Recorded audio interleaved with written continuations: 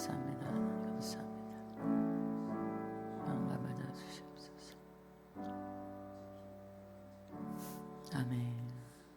할렐루야. 오늘 은혜 받으신 하나님의 말씀은 이렇게 또 앞으로들 뭔가 다가오신 것 같다. 의자가 그랬더니 의자가 접이 의자가 뒤로 가서 이게 당겨 오신 것 같은 느낌이 들었네요. 예. 하나님의 말씀 잠언서 30장 24절에서 27절입니다. 우리 박가절 집사님 또 이렇게 다리 다치시고 예, 많이 좋아지셨죠? 할렐루야. 너무 신이 나네요. 집사님 그 자리를 채워주시니까. 예. 영준아 조금만 옆으로 가든지 우리 임영서 성도님이 조금 이렇게 얼굴이 안 보여. 뵙고 싶은데 앞에 친구가 워낙 키가 크니까. 예. 오늘 하나님의 말씀은 잠언 30장 24절에서 27절 말씀 28절까지입니다. 그래서 오늘 본문 말씀을 가지고 내 동물의 아굴이라는 사람이 쓴 잠언인데요. 하나님의 성령의 감동을 받아서 아굴이라는 사람이 쓴 잠언 30장의 이야기 중에서 내 동물의 지혜에 대한 이야기가 나와요. 그래서 24절에서 28절까지 제가 읽겠습니다. 땅의 작고도 가장 지혜로운 것 넷이 있나니 곧 힘이 없는 종류로되 먹을 것을 여름에 준비하는 개미와 약한 종류로되 집을 바위 사이에 짓는 사방과 임금이 없으되 다 때를 지어 나아가는 메뚜기와 손에 잡힐만 하여도 왕궁에 있는 도마뱀이니라. 아멘. 그래서 오늘 본문 말씀을 가지고요. 내 동물의 그 지혜가 얼마나 이게 귀한지 이스라엘이라는 나라에게 엄청난 영향을 끼쳤던 본문 말씀이기도 합니다. 우리는 2024년도 일어나라 빛을 발하라, 그죠? 그래서 우리가 이 신년 첫 예배를 드리는데 빛을 발하는 그런 축복된 새해 되시기를 축복합니다. 이렇게 빛을 발하는 삶이 뭐예요? 능력이 있는 삶이에요. 할렐루야. 권능 있는 삶이에요. 그리고 하나님의 영광 돌리는 삶이에요. 성령 충만한 삶이에요. 그래서 우리가 기도하는 삶이에요. 그죠? 그래서 우리가 말씀에 또 능력 있는 삶이에요. 그래서 이런 빛을 발하는 삶을 통해서 우리가 2024년도에 하나님의 큰 은혜가 있고 또 하나님의 영광을 많이 돌려드리는 그런 한 해 되시기를 축복합니다. 우리는 아무도 아프지 마시고 다 건강하십시오. 다치는 분도 없고 하나님이 늘 지켜주시는 그런 새해 되기를 축복합니다. 오늘 이 아굴이라는 사람이 아굴이라는 사람이 성령 충만 받고 하나님의 영에 감동이 되어서 쓴 이 잠언 30장 24절에서 28절에 있는 이 말씀에 보면 땅에 작지만 지혜로운 것 넷이 있으니, 그죠? 땅에 아주 작은 존재지만 지혜로운 것 넷이 있는데 그 넷이 개미와 사방과 메뚜기와 도마뱀이다. 이렇게 우리에게 소개를 해요. 지구상에는 17,600 종류의 동물들이 있대요. 17,600 종류들이 있는데 그 중에서 특별히 네 동물이 가장 세상에서 지혜롭다라고 아굴이라는 이 지혜자가 그렇게 기록해 놓았다라는 거죠. 근데 지금 지구상에서요 가장 강력한 나라, 네 종류의 나라를 우리가 보려고 그러는데 가장 크고 강한 나라가 있어요. 어느 나라죠? 미국이에요. 근데 큰데 작은 나라가 있어요. 어느 나라죠? 러시아예요. 근데 아주 작고 또 작고 작은 나라가 있어요. 세계 254개의 국가가 있대요. 그런데 가장 작고 작은 나라가 이름이 뭐냐면 아토스라는 나라예요. 아토스. 이 아토스라는 이 나라는 인구가 1,000명밖에 안 돼요. 인구가 1,000명 정도밖에 되지 않지만 이 나라는요 남자만 사는 나라예요. 여자는 한 명도 없어요. 여기는 이 아토스라는 나라는 1200년이 된 나라예요. 굉장히 오래됐어요. 여기는 태어나는 사람은 없고 죽는 사람만 있는 나라예요. 이 아토스는. 그래서 이 아토스라는 나라는 그 건물이 다 100% 수도원이에요. 그리고 거기서 100% 남자는 다 수도사들이에요. 그런 나라가 이 지구상에 아토스라는 나라가 있어요. 굉장히 아름답더라고요. 그런데 각국에서 나는 수도사로 평생을 살겠습니다 하는 사람들만 이민을 받아서 그 수도사로 살아가는 남자들만 있는 나라가 이 지구상에 존재한다라는 거죠. 근데 네 번째로는 어떠한 나라가 있냐면 작고도 큰 나라가 있어요. 작고도 큰 나라는 이스라엘이에요. 그죠? 우리나라의 경상남북도 정도 사이즈밖에 안 돼요. 크기가. 땅이 우리나라 경상도 남북도밖에 되지 않아요. 작지만 세계에서 가장 큰 나라가 바로 이스라엘이에요. 작지만 노벨상의 3분의 1을 받은 민족이 이스라엘이에요. 유태인들이에요. 미국이 지금 온 세계를 지배하고 있는 것 같지만 그 미국을 지배하고 있는 나라가 이스라엘이라는 거예요. 그래서 미국에서 유대인들이요, 그 정치 배후에 유대인들이 있어요. 미국의 그 경제의 돈들을 유대인들이 다 찾아가면 미국 경제가 무너져요. 그만큼 경제적으로 유대인들이 미국에서 영향력을 끼치고 있어요. 문화, 유대인들이 굉장히 영향력을 끼치고 있습니다. 이스라엘은 정말 우리나라 경상남북도밖에 되지 않는 아주 작은 나라이지만 온 세계를 지배하고 있는 거예요. 그래서 미국의 대통령이 세워질 때마다 당신이 대통령이 되도록 우리가 돈을 대줄 테니까 당신이 대통령이 되어 있는 임기 동안 우리나라 이스라엘을 보호하시오. 그 나라가 이스라엘, 유태인들이거든요. 지금도 이스라엘과 하마스의 전쟁 중인데 미국 어떤 나라도 이스라엘 손 못 대요. 예. 그만큼 이스라엘은 굉장히 강력한 나라예요. 근데 이렇게 이스라엘의 입장에서 볼 때 우리가 가까운 우리 민족인 북한도 이스라엘의 적이에요. 왜냐하면 이란에게 핵 기술을 판매하려고 하거든요, 이 북한이. 그리고 지금 하마스와의 전쟁 가운데 하마스가 사용한 로켓포, 스커트 미사일이라고도 하는 그 이름을 갖고 있는 그 미사일이 다 북한제예요. 그걸 직접 가서 확인하신 목사님이 계시더라고요. 다 북한산이에요. 전 세계적으로요, 세계에서 제일 무서운 무기가 북한제 미사일이래요. 왜 그런지 아세요? 왜 그러냐면, 왜 북한제 미사일, 이 로켓포가 제일 무서운가 하면, 명중률이 없어서. 어디에 떨어질지 몰라서. 그래서 제일 무서운 로켓포가 미사일이 북한산이에요. 북한에서 만든 거예요. 그래서 이번 하마스의 전쟁을 제가 영상으로 봤는데, 거기서 포는 로켓포가요, 그냥 가다가 다시 돌아와서 그 가자지구에 떨어져서 병원에도 떨어져서 폭파하고 막 그러더라고요. 여러분들, 우리가 이스라엘의 그 작고도 이렇게 큰 나라가 된 그 동기가 바로 오늘 본문에 있다라는 거예요. 이 네 동물에서 그 지혜를 배웠어요. 그래서 개미에게서, 사반에게서, 메뚜기에서, 도마뱀에게서 지혜를 배운 이스라엘은요, 가장 작은 나라지만 전 세계를 움직이는 가장 강대국이 되었다라는 거예요. 그래서 오늘 성경 본문에 보면 약간 힘이 없는 종류로 돼 먹을 것을 여름에 준비하는 개미에게, 그죠? 약한 종류로 돼 집을 어디 바위 사이에 짓는 사반, 약한 손에 잡힐만 해도 왕궁에 있는 도마뱀, 임금이 없지만 다 때를 지어 나아가는 메뚜기에 대한 이 네 동물의 지혜가 오늘 우리의 지혜가 되기를 축복합니다.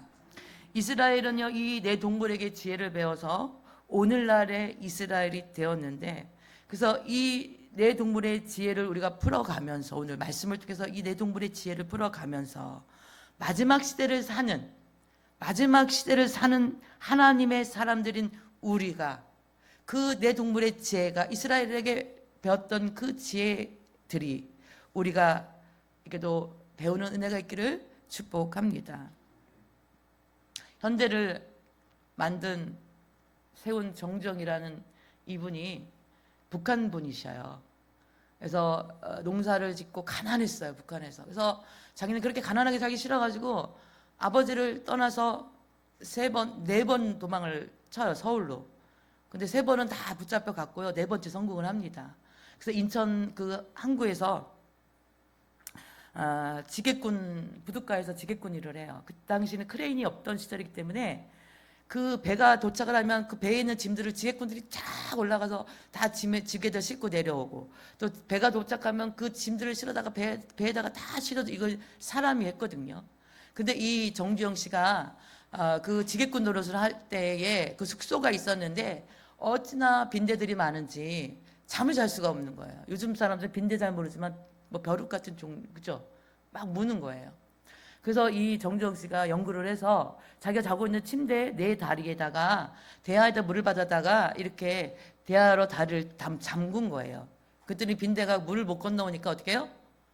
한 며칠 동안 너무나 빈대 없는 편안한 잠을 자게 된 거예요. 근데 며칠이 지나고 나서 다시 이 빈대들이 막 자기를 물기 시작하는 거예요. 그래서 이 정주영 씨가 불을 켜놓고 도대체 이 빈대들이 어떻게 자기를 물러오는지를 연구를 했어요. 그랬더니 이것들이 물을 건너오지 못하니까 벽을 타고 천장으로 올라가서 점프를 해가지고 정주영 씨한테 뛰어내려서 물어뜯는 거예요. 그래서 이 빈대 철학이 생기는 거예요. 뭐라고, 모든 문제는 해답이 있구나, 해답이 없는 문제는 없구나, 이거를 발견해요. 빈대를 통해서 모든 문제는 반드시 해답이 있다, 해답이 없는 문제는 없다라는 그런 철학이 빈대 철학이라고 하더라고요, 이거를요. 또 한 번은 이 정주영 씨가 방에 있는데 쥐 한 마리가 방에 나타나서 왔다 갔다 하다가 달걀 앞에서 멈추더니 그냥 돌아가더래요. 그러더니 동료 쥐를 한 마리 데리고 오더니 그 자기가 그 달걀을 끌어안고 말라당 뒤로 들어 누운 거예요. 그 동료 쥐가 와서 그 꼬리를 물고 끌고 가져가더라는 거예요.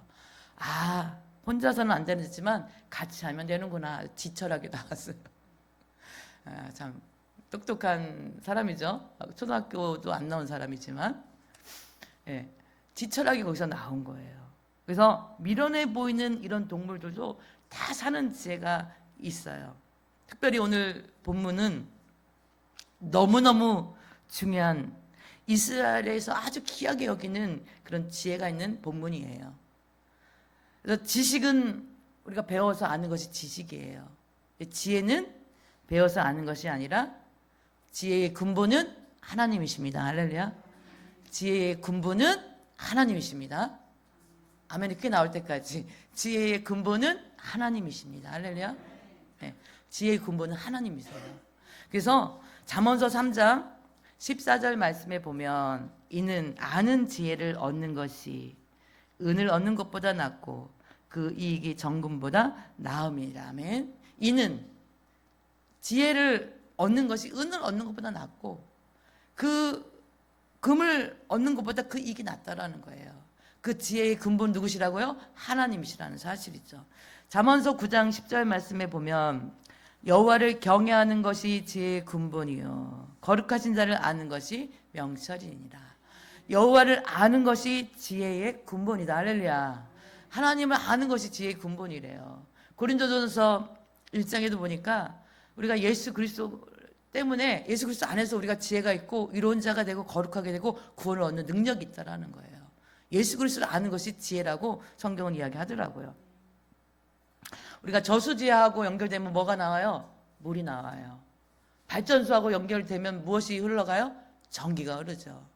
하나님하고 연결된 사람은 뭐가 와요? 지혜가 옵니다. 할렐루야. 하나님하고 연결된 사람은 뭐가 와요? 지혜가 옵니다. 서영아, 하나님하고 연결된 사람은 뭐가 와요? 지혜가 옵니다. 졸린 사람 일어나서 예배드려요. 하나님하고 연결된 사람은 뭐가 와요? 지혜가 와요.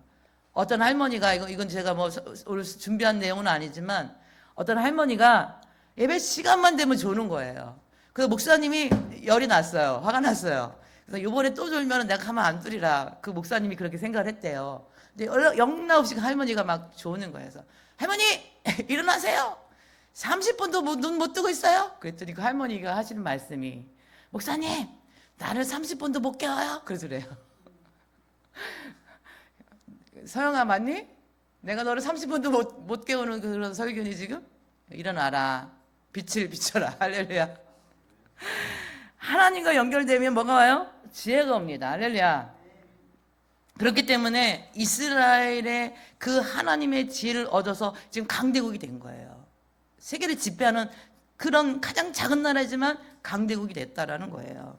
첫 번째 오늘 개미에 대한 이야기가 나오는데요.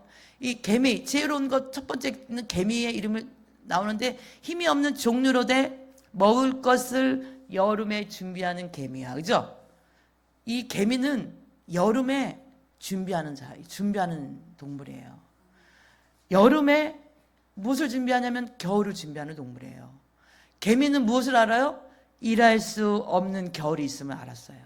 그래서 그 일할 수 없는 겨울을 올 것을 알고 여름에 준비하는 동물이 뭐야? 개미라는 거예요.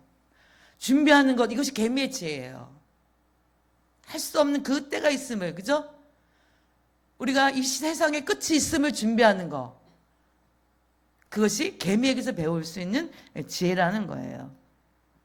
미래를 볼 줄 아는 눈, 내일 어떻게 될 것을 알고 오늘 준비해 나가는 그 지혜. 그 이스라엘 백성은요, 개미로부터 준비를 배워서 아랍 연합군과 싸우면요, 한 번도 진 적이 없어요. 항상 이스라엘은 준비하는 그런 삶을 살아가요. 개미에게서 그 지혜를 배웠거든요. 우리도 준비하는 삶을 살아야 될 줄 믿습니다. 지금 이 시대에 살아가는 성도들을 우리 준비해야 돼요. 주의 오시기를 준비하는 신부들이 되어져야 될 줄 믿으시기 바랍니다. 마태복음 24장 32절 33절 말씀에 보면 무화과 나무의 비유를 배우라. 그 가지가 연해지고 잎사귀를 내면 여름이 가까운 줄을 아나니 이와 같이 너희도 이 모든 일을 보거든 인자가 가까이 곧 문 앞에 이른 줄 알라. 아멘. 1948년 5월 14일에 이스라엘이 회복되었어요. 온 세계가 그 1900년 만에 나라가 회복된 이스라엘이라는 나라가 지도상에 다시 나타날 것을 아무도 예측하지 못했지만 이스라엘은 1948년 5월 14일 이스라엘의 나라가 회복되었다라는 거예요. 1900년 만에. 오늘 이 마태복음 24장 32절 33절 말씀에 예수님이 말씀하시기를 무화과 나무의 비유를 배우라. 그 가지가 연하여지고 잎사귀를 내면 여름이 가까운 줄을 아는 것. 바로 무화과의 나무의 비유를 배우라. 그 가지가 연하여지고 잎사귀를 내면, 이것이 바로 1948년 5월 14일 이스라엘의 나라가 1100년 만에 지도상에 나타난 것이 그 가지가 연하여지면 여름이 가까운 줄 너희가 알라는 거예요. 바로 이것이 뭐예요? 이와 같은 것을 너희도 이 모든 일을 보거든. 그죠? 이렇게 이스라엘 나라가 회복된 것을 보거든. 어떤 일이 있는 거예요? 인자가 가까이 곧 문 앞에 이른 줄 알라. 할렐루야. 역사학자들은 지구의 말세를요, 그 1948년부터 시작되었다라고 이야기하고 있습니다. 근데 이 1948년도에 예수 그리스도의 오심의 마지막 말세가 시작되었는데 하나님의 시간표도 시작되지만 사단의 시간표도 시작되고 있다라는 거예요. 우리가 컴퓨터가 몇 년 뒤에 나왔냐면요, 그때 1948년도부터 사용하기 시작되었어요. 컴퓨터를 만들어서 컴퓨터가 처음으로 사용한 해가 1948년도에 컴퓨터를 만들었어요. 사탄 그 배후의 어둠의 역사들이. 그들은 온 세상을 통일시켜서 한눈에 보게끔 만들려고 컴퓨터를 만들었고, 그게 이스라엘 회복의 같은 해에 컴퓨터를 사용하기 시작했다라는 거예요. 유엔이라는 그 창설이요, 1945년 10월 24일 날 2차 세계대전이 끝나면서 51개국이 모여서 유엔이라는 것을 창설해요. 유나이티드 네이션, 세계연합국가, 그러니까 그 국제연합. 그런데 본격적으로 그 혼란기가 있었는데 본격적으로 유엔이 활동하기 시작한 것이 1948년도부터 유엔이 활동을 하기 시작합니다. 유엔, 온 세계를 통일시키는, 우리가 말하는 마지막 때 큰 성 바벨론이 유엔을 통해서 시작되고 있다는 거예요. 하나의 국가를 만들려는 그 단체가 바로 유엔이에요. 그래서 역사학자들이 보는 말세의 시작은 1948년부터인데 오늘 우리는 말세를 사는 성도들로서 준비하는 개미의 지혜를 배워야 될 줄 믿으시기 바랍니다. 두 번째는 사반이에요. 사반은 우리나라에 없어요. 토끼보다는 토끼과예요. 토끼보다는 작고 쥐보다는 커요. 이 사반이. 주보에 보면은 그 사반 그림이 나오죠. 앞 표지에 귀엽게 생겼어요. 근데 이 사반은요, 공격용 이빨도 없어요. 공격용 발톱도 없어요. 누구하고 싸워도 져요. 독수리가 날아와서 물러가도 공격할 수 없어요. 사자가 덤벼도 그냥 잡혀 먹여야 돼요. 뱀이 집어삼켜도 그냥 먹어야 돼요. 그래서 이 사반은 가장 안전한 곳, 나는 공격용 이빨도 없고 공격용 발톱도 없는 내가 가장 안전한 곳 바이틈에 내가 살겠다. 그 지혜, 그것을 이스라엘이 배웠다라는 거예요. 나를 아는 지혜, 그죠? 나는 연약해. 근데 내가 바이틈 속에서는 나는 안전할 거야. 그것이 사반의 지혜인데, 그 다른 말로 표현하면 주제파악이에요. 주제파악. 소크라테스가 너 자신을 알라고 그랬는데 자신을 아는 거예요. 자기 주제를 파악하는 거예요. 그것을 배우라는 거예요. 우리 주제가 약한 것을 알고, 그죠? 자기 주제가 약한 것을 알았어요, 사반은. 난 약하기 때문에 바이틈에 들어가서 살면은 안전의 그 지혜. 그것을 이스라엘이 배웠다라는 거예요. 오늘날 우리가 배워야 될 지혜를 좀 믿으시기 바랍니다. 주제파, 그죠? 내가 나를 아는 거. 그래서 이스라엘 백성들은요, 사반으로부터 배운 것은 뭐예요? 지구상에서 가장 작은 나라, 사방에 강대국들이 진쳐 있는 나라, 그죠? 서쪽에는 지중해가 있어서 바다에 빠져 죽지 않는 이상 갈 데도 없어요. 북쪽에도 강대국, 남쪽에도 강대국, 동쪽에도 강대국들이 진쳐 있는 그 연약한 우리나라 경상남북도만한 사이즈의 나라. 백성들도 숫자가 적어서 누구랑 싸워도 질 수밖에 없는 그 민족이 이스라엘이란 나라였어요. 그래서 가장 강한 곳, 가장 안전한 곳, 우리 거기 가서 살자. 그죠? 가장 안전한 곳, 쏙 들어가서 사는 곳, 거기가 어디입니까? 바로 하나님 품속에 들어가서 살자. 그래서 하나님 품속으로 도망가서 사는 민족이 이스라엘이에요. 할렐루야. 그래서 하나님은요, 이스라엘이 하나님이 되고 이스라엘은 하나님의 백성이 되었다라는 거예요. 이스라엘이 하나님 품속에 있으니 지금 이스라엘 전쟁을, 이거 하마스와의 전쟁 보세요. 누구도 못 건드려요, 이스라엘. 그 배후에 누가 계시기 때문에? 하나님이 계시기 때문에. 할렐루야. 사반의, 오늘 이 사반이라는 이 작은, 그저 약한 짐승 사반을 통해서 우리가 깨닫는 것은 뭐예요? 우리 자신을 알고, 그죠? 아는 그 지혜가, 나를 아는 지혜가, 그죠? 있는 인생인들 되어져야 될 줄 믿습니다. 우리는 그래서 누구 품에 숨어야 돼요? 하나님. 할렐루야. 누구 품에 숨어야 돼요? 하나님 품 안에 숨는 지혜로운 인생들 되시기를 축복합니다. 남과 북한이 마찬가지예요. 원자 폭탄이 여러 개 있는 북한이, 그죠? 하나님이 없는 저 북한과 핵폭탄은 하나도 없지만 하나님을 믿는, 기도하는 하나님의 백성들이 있는 이 남한과 싸우면 어떻게 해요? 백발백중. 누가 이겨요? 우리 남한 이길 줄 믿습니다. 그래서 애국가도 나오잖아요. 하나님이 보호하사 우리나라 만세. 할렐루야. 하나님이 보호하사, 그죠? 이게 원래 찬송가였어요, 이 애국가 가사가.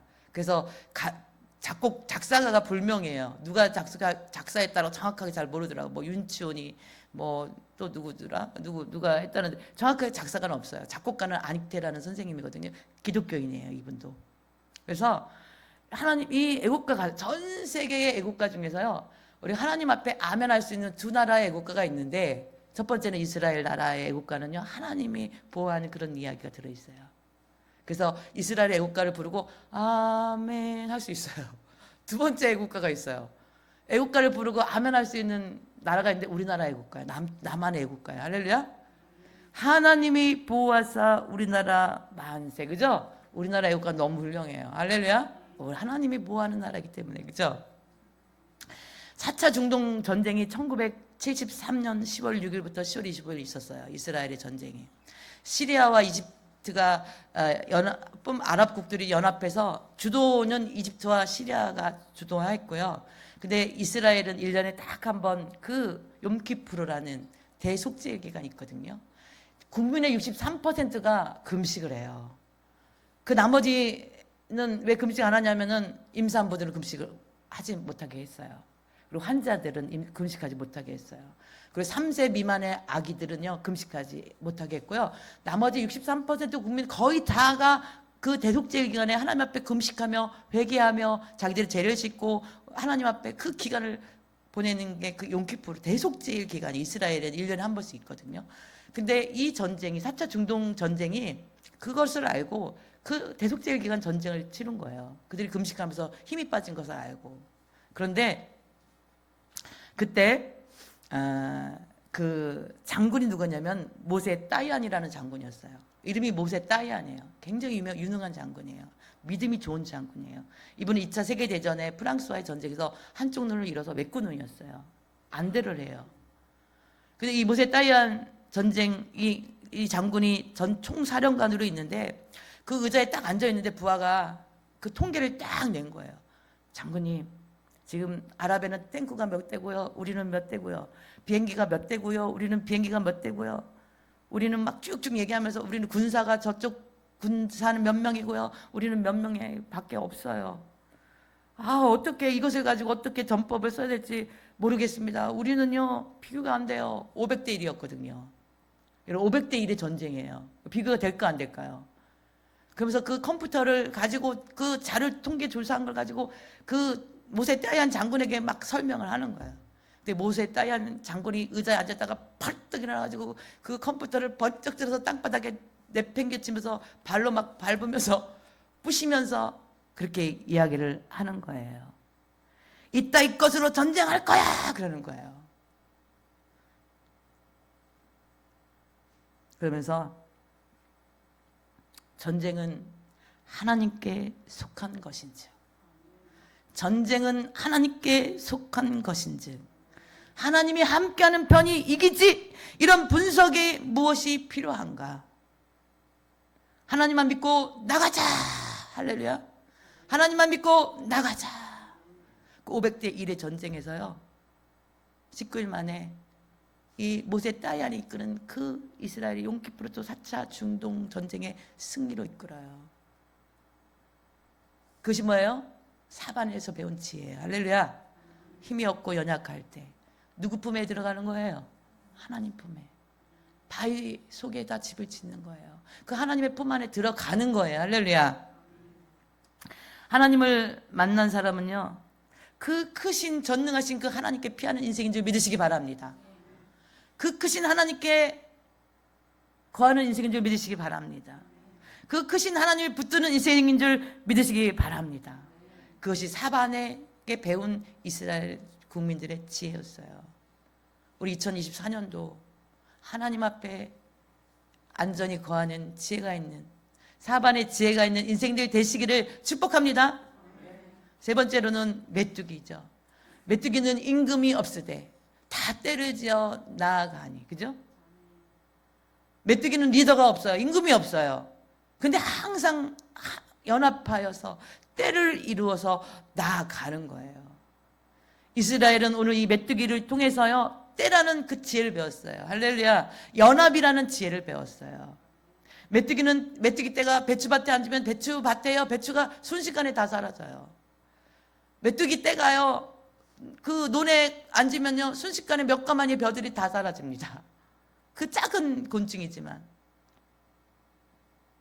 때를 이루어 한꺼번에 일을 합니다.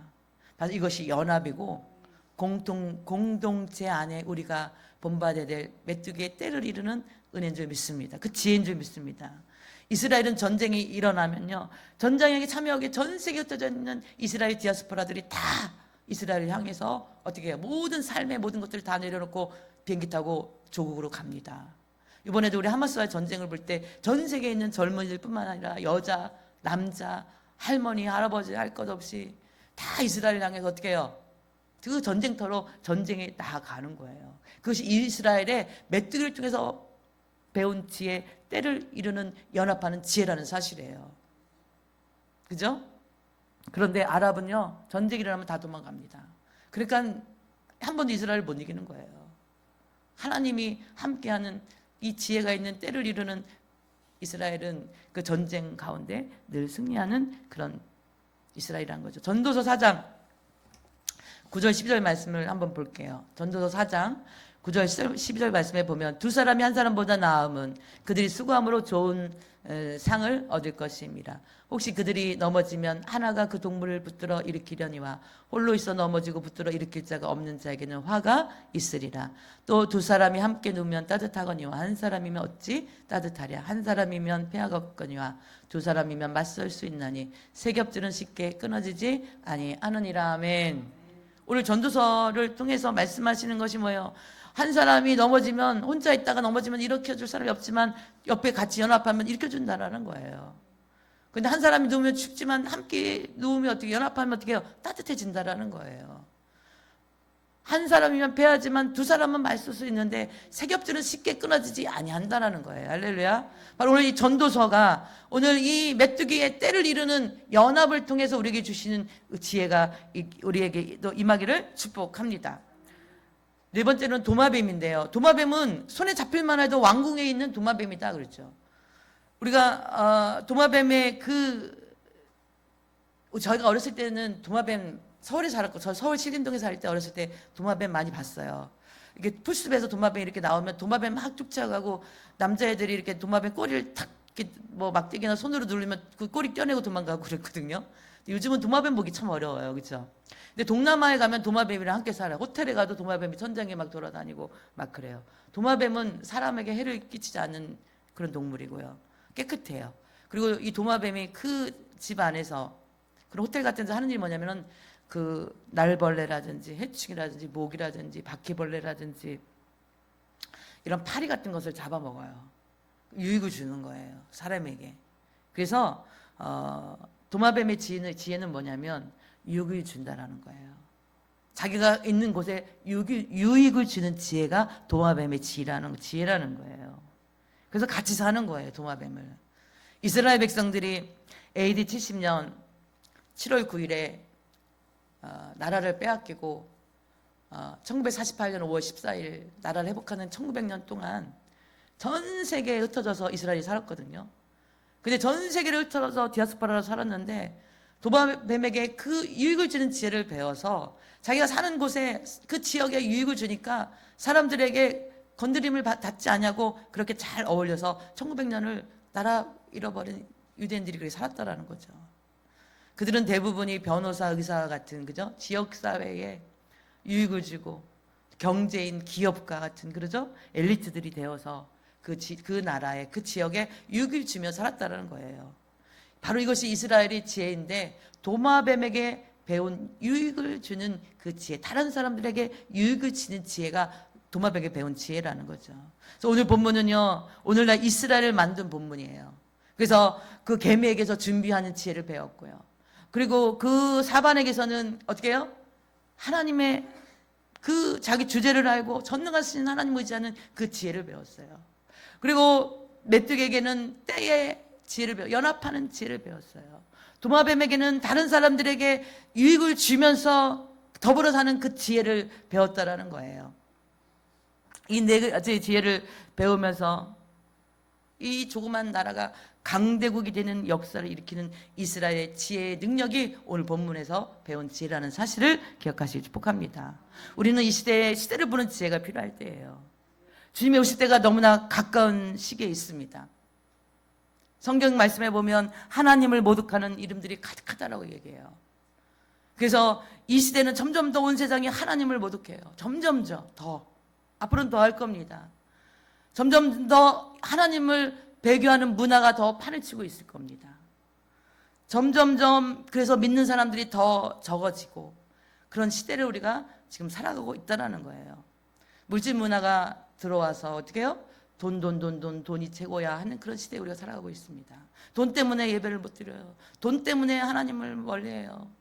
돈 때문에 하나님을 떠나는 그런 시대입니다. 음란 문화가 지금 판을 쳐요. 쳐다볼 수가 없어요. 미디어를. 음란 문화가 얼마나 판을 치는지. 음란함을 이미 이게 부끄러운지도 몰라요. 옛날 제가 어릴 때는 상상할 수 없는 일들이 지금 이 시대에 온 세상이 음란해지고 있어요. 다 사탄의 문화거든요. 사탄의 문화가 극성을 부르고 있다는 것은 앞으로 더 심해질 것인데 주의 오실 길이 가깝다는 것을 우리가 알아야 될 줄 믿습니다.